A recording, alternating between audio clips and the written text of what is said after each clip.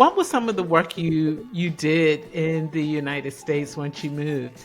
I'm assuming you stayed in law. What aspect of law did you pursue after that? I did remain in law, but not as a practitioner. I used my legal knowledge and my advocacy skills. I first did a lot of voluntary work with non-governmental organizations.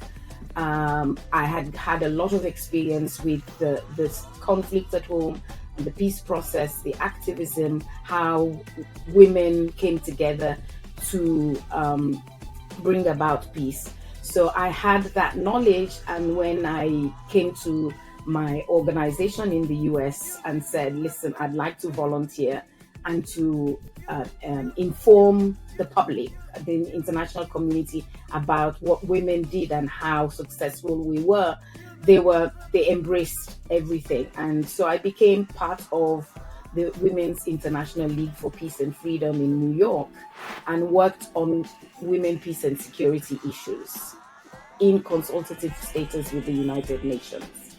And that's how I started my career in the US. So I stayed and worked for non-governmental organizations for 7 years, just doing women, peace and security. Of course, the theoretical part of that, of course, is human rights. So I did that for 7 years, and when we were successful in establishing a resolution on women, peace and security in the year 2000, I was offered a position in the UN.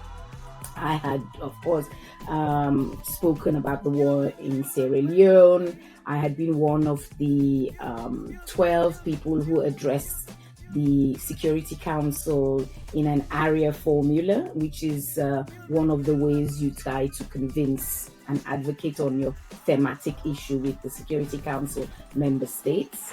And so I had a track record of the kind of research advocacy work that I had done for 7 years, and I was offered this job in the field. At the time, it was Liberia in 2004.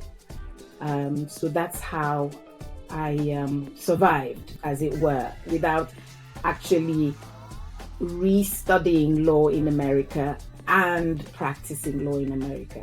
So that I utilized the skills that I already had. It was a different area of work because at home I was doing criminal law, civil practice. It was nothing that had set me up for what I was doing. But because I lived during the war and was active during the war, I could use that with my advocacy skills to work with non-governmental organizations pursuing similar work in the international community.